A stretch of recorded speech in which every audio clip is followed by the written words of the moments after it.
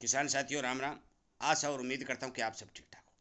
साथियों, मैं आज आपके सामने वीडियो के माध्यम से केंद्र सरकार ने 22 अगस्त को जो हमारे संपूर्ण भारतवर्ष के अंदर जिन जिन जिनसों की बिजाई हुई है उनके क्षेत्रफल का आंकड़ा जो पेश किया है वो आंकड़ा मैं वीडियो के माध्यम से पहुंचाने जा रहा हूँ। चाहे धान हो, चाहे नरमा हो, चाहे कपास हो, चाहे मोटा अनाज हो, चाहे तिलहन की बिजाई हो, संपूर्ण देश का डाटा जो केंद्र सरकार के पास 22 अगस्त को पहुंचा है वो मैं आपको एक एक करके बताऊंगा। इसलिए यदि किसी किसान को, व्यापारी को इस तरह का डाटा लिखना है तो आप अपना पेन और कॉपी दोनों अपने पास रख लें। दूसरी बात, भारत के किस क्षेत्र में अब की बार मानसून की बरसात कम हुई है वो भी आपको जानकारी दी जाएगी। और ये जानकारी क्यों दी जा रही है? ये इसलिए दी जा रही है कि ये आपके लिए एक जागरूकता अभियान के रूप में चलाया जा रहा है। आपको इस बारे पता होना चाहिए कि हमारे देश के अंदर किन किन जिनसों की बिजाई कितने कितने बड़े एरिया में हुई है, कहाँ कहाँ बरसात हुई है, कितना उत्पादन आ सकता है और कौन कौन से जिनसों का रकबा बढ़ा है, कौन कौन से जिनसों का रकबा घटा है। ये जागरूकता अभियान के तौर पर चैनल चलाया जा रहा है, किसान हित में काम किया जा रहा है। और इस चैनल के साथ बहुत से मेरे किसान हित में काम करने वाले मित्र जुड़े हुए हैं जो लगातार अपनी रिपोर्टें किसान को जागरूक करने के लिए दे रहे हैं। बड़ी मेहनत करके वो रिपोर्ट निकालते हैं, प्राप्त करते हैं, फिर वो आपको वो पहुंचाते हैं ताकि आपको इस बारे पता चले कि हमारे देश में ये सुनिर्य बन रहा है। और इसीलिए आपको कहा जाता है कि आपको तमाम कृषि संबंधी जानकारी मिलती रहे तो आप इस चैनल के साथ जुड़िए, सब्सक्राइब करिए और इन बातों का फायदा उठाइए।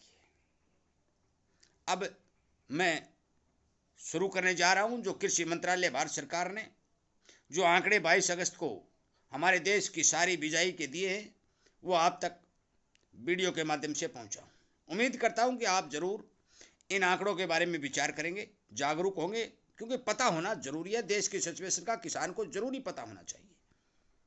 और इसीलिए कहता हूं कि और कहीं आपके एजेंसियां कोई वीडियो इस तरह के किसान हित में नहीं बनाता। हमारा किसान हित में काम है।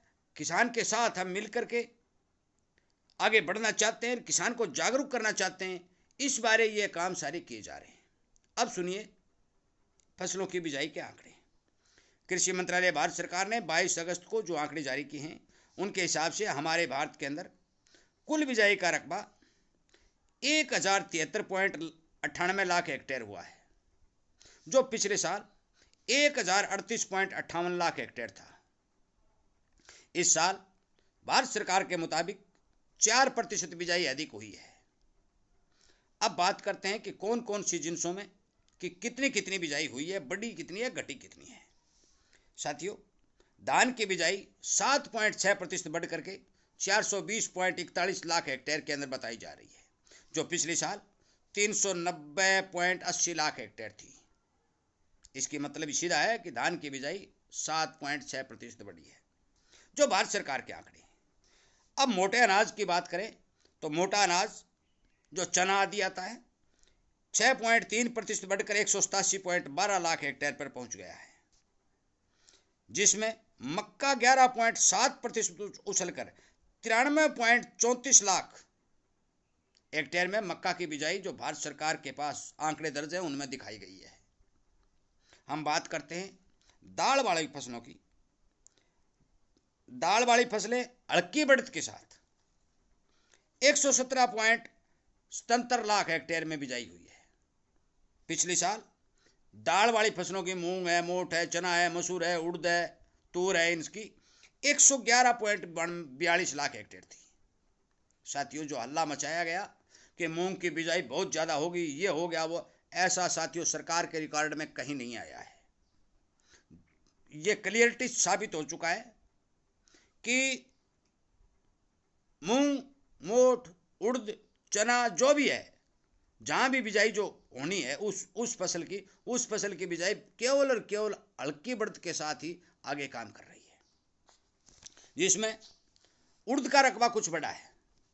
6.9% बढ़कर 21.71 लाख हेक्टेयर में उड़द की बिजाई दिखाई गई है, जो संपूर्ण भारत का डाटा है। मूंग की बिजाई केवल 1.4% बढ़कर के 33.95 लाख हेक्टेयर दिखाई गई है, परंतु तूर की बिजाई 1.7% घट करके 43.98 लाख हेक्टेयर दिखाई गई है। अब आप खुद ब खुद अंदाजा लगाते रहिए कि किस फसल का क्या सुनहरी रहने जा रहा है, कितना उत्पादन आना है, क्योंकि जितनी बिजाई होती है उसके हिसाब से आप अनुपात कर सकते हैं। अब तेल वाली फसलों की बात करते हैं। साथियों, तेल वाली फसलों में मैं पहले बार बार आपको कह चुका हूं भी तेल वाली फसलों की बिजाई बहुत कम हुई है। किसान भाव नहीं मिलने के कारण अपने हाथ पीछे खींच रहा है और वो तेल वाली फसलों की बिजाई करने के प्रति तुरंत निराश हो चुका है, क्योंकि तेल वाली फसलों में भयंकर रोग बीमारी आती हैं, उसके बाद भी उसे भाव नहीं मिलता। तो ये वाजिब है कि जिस जिन्स का भाव नहीं होगा, जिस जिन्स के भाव को दबाया जाएगा, तो किसान बिजाई नहीं करेगा। उसके तहत कुल बिजाई लगभग 3% घटकर 182.38 लाख हेक्टेयर में सिमट गई है। 3% बिजाई बहुत बड़ी रकम जगह होती है। सोयाबीन का रकबा 120.11 लाख हेक्टेयर बताया जा रहा है और मूंगफली का रकबा 45.30 लाख हेक्टेयर पर सिमट गया है। साथियों, सरकारी डाटा है, ये बढ़ा चढ़ाकर बताए गए हैं। वास्तविकता बिजाई इतनी नहीं है, परंतु आप इसमें अंदाजा लगा सकते हैं। जिस तरह सोयाबीन की बिजाई 120.11 लाख हेक्टेयर बताई जा रही है और आप सीधा 25% तो पक्का घटा दें, क्योंकि सरकार के पास जो डाटा जाते हैं वो बढ़ा चढ़ाकर बताए जाते हैं। हर फसल की बिजाई के आंकड़े आप सीधी बात है कि 25% कटिंग करते रहें और अनुपात निकालते रहें। साथियों, अब हम बात करते हैं कपास की बिजाई का। कपास की बिजाई का रकबा 2.6% घटकर 108.47 लाख हेक्टेयर बताया जा रहा है। मैंने एक वीडियो अपलोड किया था और आपको मैंने बताया था कि जो किसानों द्वारा जानकारी मिल रही है उसके हिसाब से जो डाटा निकाला गया है वो डाटा केवल और केवल 90-92 लाख हेक्टेयर का है, इससे वो ज़्यादा नहीं है। परंतु सरकार 108 लाख दिखा रही है और मैं आप कह भी चुका हूँ भाई सरकार लगभग कहीं 10 लाख हेक्टेयर, कहीं 20 लाख हेक्टेयर, कहीं 15 लाख हेक्टेयर बढ़ा चढ़ाकर डाटा पेश करती है। और जो किसानों द्वारा जो मेरे पास व्यू आ रहे हैं, मैं लगातार आपने को मैंने बताया कि भी तिलहन का रकबा घटाए तो सरकार ने क्लियरिटी कर दिया 3% घटाए। घटा तो 6-7% है, परंतु 3 तो माना। नरमा कपास का भी जो मैंने आपको बताया भी 1,40,00,000 हेक्टेयर में बिजाई नरमा कपास की हुआ करती थी, आज 90 लाख हेक्टेयर में सिमटने वाली है, तो वो भी सरकार ने मान लिया भी 108 लाख हेक्टेयर में आ गई। जूट और मेस्ता भी घट करके 5.54 लाख हेक्टेयर पर आ पहुंचा है। अब ये बताइए कि कॉटन की बिजाई को कितना नुकसान हुआ है। अब बात करते हैं गन्ना की बिजाई की। साथियों, गन्ना की बिजाई अब की बार 57.31 लाख हेक्टेयर दिखाई जा रही है, परंतु पिछले साल 55 लाख हेक्टेयर के लगभग बिजाई बताई गई थी। मैं आपको बता दूं कि अब की बार हर फसल की बिजाई के अंदर कटौती है, परंतु सरकारी आंकड़े 4% बढ़ा के बता रहे हैं। और क्यों बता रहे हैं? क्योंकि जहां भी कोई जमीन लाल होगी उसको भी सरकार ने बिजाई मान लिया। परंतु साथियों, हर जगह बिजाई संभव नहीं हो सकती। इतना बड़ा डाटा जो सरकार के पास जाता है इसमें पोल बहुत होती है। इस बारे आपको विचार करना पड़ेगा और ध्यान देना पड़ेगा। अब बात करते हैं भी कम बरसात वाले क्षेत्र कौन कौन से देश में अब मानसूनी वर्षा में देखे गए हैं। साथियों, बिहार, पूर्वी उत्तर प्रदेश और रायलसीमा, ये 3 जगह ऐसी हैं जहां भारी भरकम कम बरसात देखी गई है और संपूर्ण देश के अंदर बिजाई लायक बरसात हुई है, उसके बाद फसल बचाने लायक बरसात नहीं हुई है। और लगातार मैंने आपको ये बताया भी, एक वीडियो पहले बनाया भी कि खंड वर्षा देखने को मिलेंगी संपूर्ण भारत के अंदर, कहीं 10 आंगल तो कहीं 3 आंगल, कहीं 2 आंगल, कहीं 5 आंगल, कहीं 25 आंगल।